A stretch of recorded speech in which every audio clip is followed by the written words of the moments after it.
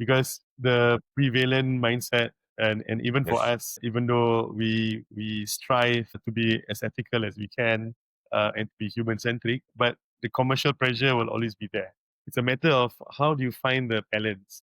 How do you find the balance in the commercial pressure and also the deeper reason for existing, right? As I mentioned, to do good, to spread good.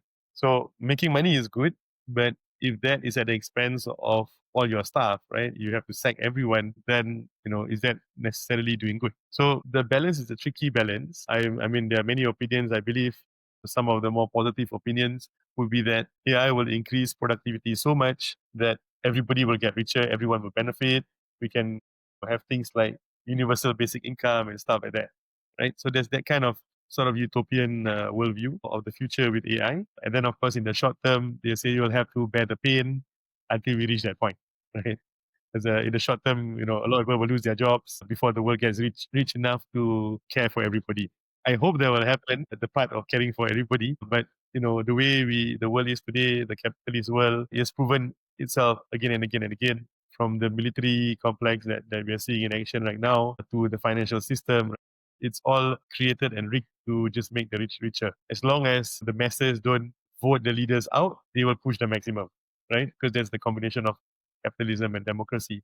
So I feel that is dangerous, and history has shown that it doesn't work, right? When you just focus on making money with the expectation or assumption that eventually we'll have so much money that we will love everybody and help everybody, it doesn't. It has not worked out that way much, right? So going back to my point on balance, the compassion side I think is very critical, and it goes back to the idea of why do you start a company in the first place?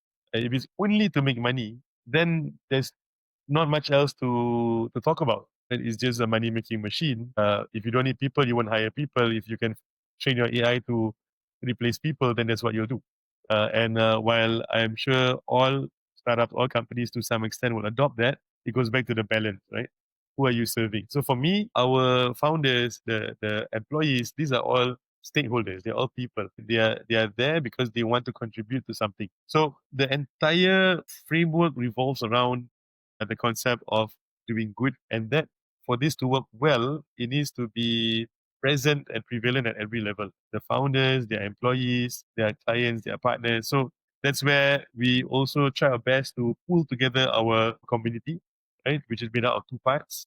One is the investors, the angel investors, right, who join our angel group and invest in the fund, and then the founders and their team and their people. Right? So we try to pull these two parts together so that the people know each other. So that even if commercially the better decision in the short term is to retrench workers and replace them with AI agents, even though that may be commercially the best thing to do. But when we think about the people, then we may approach it differently. That means maybe we won't hire so much, but we will train the people to work with the AI.